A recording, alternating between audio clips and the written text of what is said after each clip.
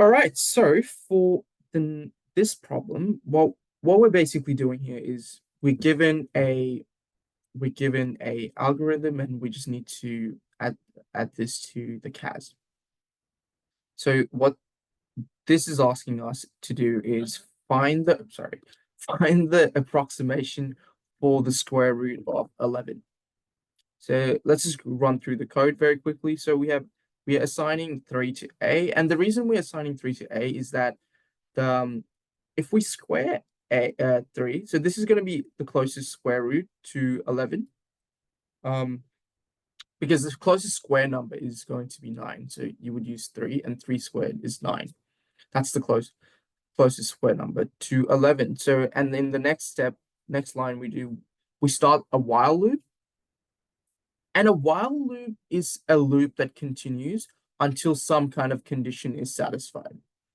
So, so in this one, the next line is while a squared is greater than 11 plus a small number, or a squared is less than 11 minus a square number. So what this 10 to the power of -4 is for is it's basically like a threshold value, because when you from the first line, when you assign 3 to A doesn't actually save 3 to A. It might be 3.000 or 0.1 or something like that.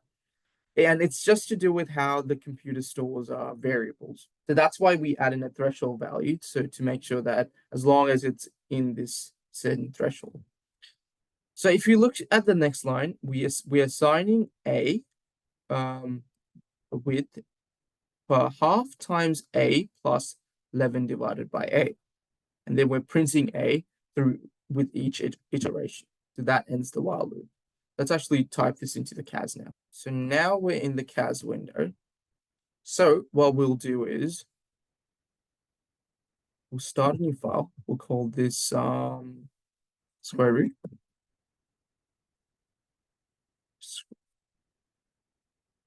Let's call this root 11. Okay, first thing we want to do is write the clear statement, the text. Next, let's start writing our line. So first thing we want to do is actually assign 3 to A. Let's assign 3 to A. So we'll type in 3, assign that to this variable called A. Next, we'll start a while loop. So you go to control while, and we'll type our conditions from before. So A squared is greater than 11 plus 10 to the power of -4. And then we can also type in, since we have two conditions where either one can be satisfied, we'll type in OR. Oh, okay, so OR is in the logic section. So OR, I'll just copy paste this. You guys can do the same thing by just going to edit and paste, copy and paste it. And then we'll start inside our while loop, we'll type in 0.5 times A plus 11 divided by A, and assign that to A. Assign that to A. Now we'll actually end the while loop. So we'll go into while end, and we'll just print out A.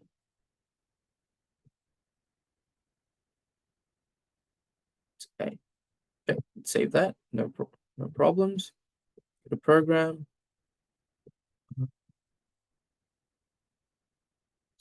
Let's find it. Root 11. Run. Okay. Okay, guys, I actually made a mistake here. So what we actually have to do is we have to replace this with a minus. Now that should, and this should be replaced with a less than. Simple less than. Yep, so that should work. Save that. Let's go to menu, go to program, go select root 11. That gives us the root of 11. We can actually modify the program to find the root of any other number. So for example, we can find the root of 12. So in order to do that, you would just open the file again. And then let's say we want to find the root of 12. So we're choosing 12, then the 9 would be the closest square number, so we can leave a as 3. We'll just change 11 with 12. We'll change that with 12. Change that with 12.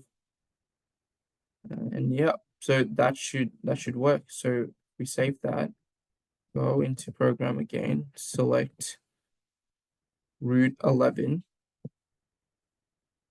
And if we run it, we should get 3.46. Let me just confirm what the square root of 12 is.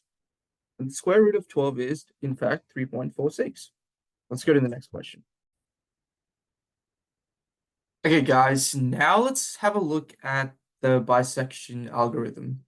Specifically, we're going to use it to solve x cubed plus 3x plus 6 equal to 0, two decimal places. So if you guys aren't familiar with this method, I strongly recommend watching a YouTube video about it because they have some really cool animations that make it much easier to understand. But the general idea of it is the bisection method is used to find the roots of a polynomial equation. It separates the interval and subdivides the interval in which the root of the equation lies. The principle behind this method is the intermediate theorem for continuous functions. It works by narrowing the gap between the positive and negative intervals until it closes in on the correct answer. So, for example, you choose 0 and 1, you find the midpoint, and the midpoint would be half. That's positive, so you would take this as the right endpoint. And so you have 0 and half.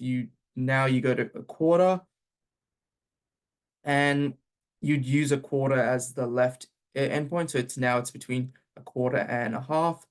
Then you would go to the middle of that, and then you just keep going. You just keep going like that. So let's have a look at the pseudocode that's been given to us. So first we define the function fx, and that's the one. So next we initialize variables. So the thing with the bisection method is that you have to make the guess. You need to select 2 starting points. So for these starting points, we'll select -2 and -1. You sort of have to know, you need to have an idea of where the root lies in order to use this method, so that we already know it's going to be between -1 and -2. So the midpoint is going to be -1.5, and this while loop condition is going to run until this condition fails, and that is b minus a is greater than 0.01, and that's two decimal places, and the 2 is just there as some kind of threshold value. And it's 0.01 because you want it to 2 decimal places. And so it's just the usual algorithm, if, else, and you end that. You select and you keep selecting a new midpoint until you basically fail, go beyond the threshold value, and then you end the loop. So let's actually put that into CAS.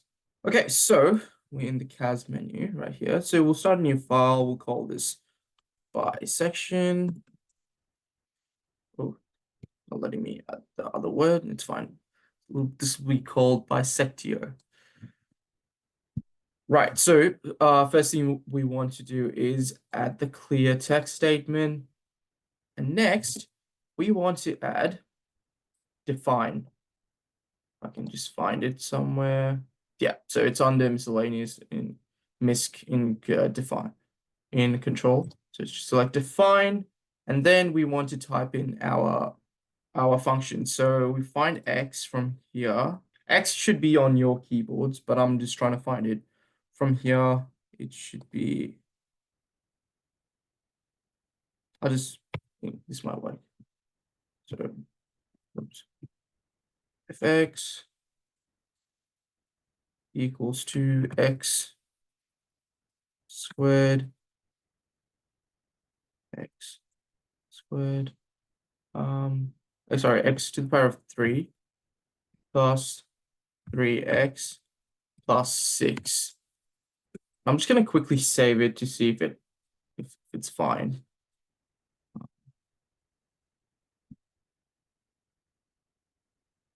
Yeah, looks fine. So now we just choose our initial value. So f. So set a to -2, this line, and we set b to -1.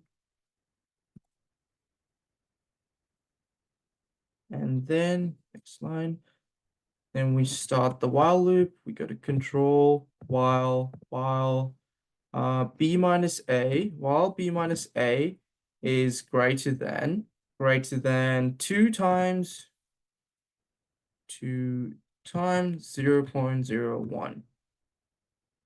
Now we start our if statement. So now we're inside the while loop.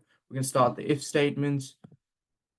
If f a. You guys can also add like indentation here just to make it clear to read. So I'm just going to do that. So if fa times f of the midpoint is less than 0, then I'm going to set b to m.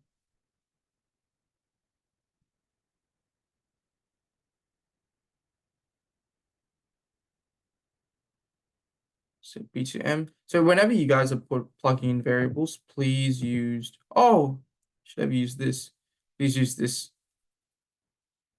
section. So I might actually have to change this very quickly. I'll be back in a second. Okay, so now we're back. So now let's open our else statement. Else m should be going to set m to a. To a, then we're going to end this if clause. And just inside here, we're going to set m to the average of a plus b. And b, sorry. Divided by 2 is set to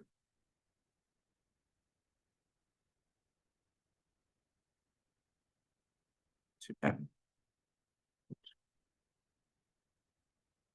Set to m.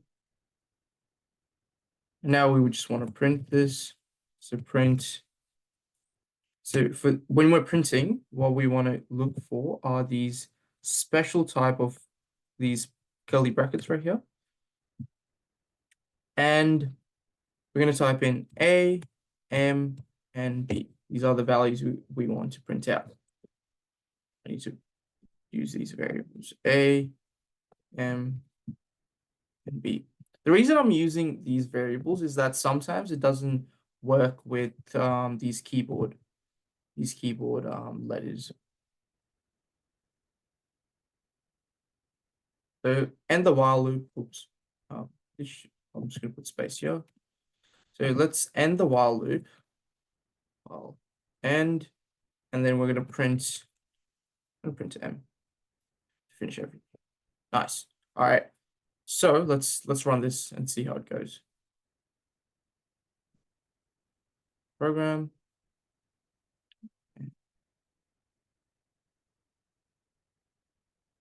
Okay, so through this, we can see that the value we got is negative 1.288452148. And let's actually confirm whether this is the right, if it's the correct root. So let's open the file again, just for a quick second. I'm going to copy that and then go to main, type in that, put in a graph,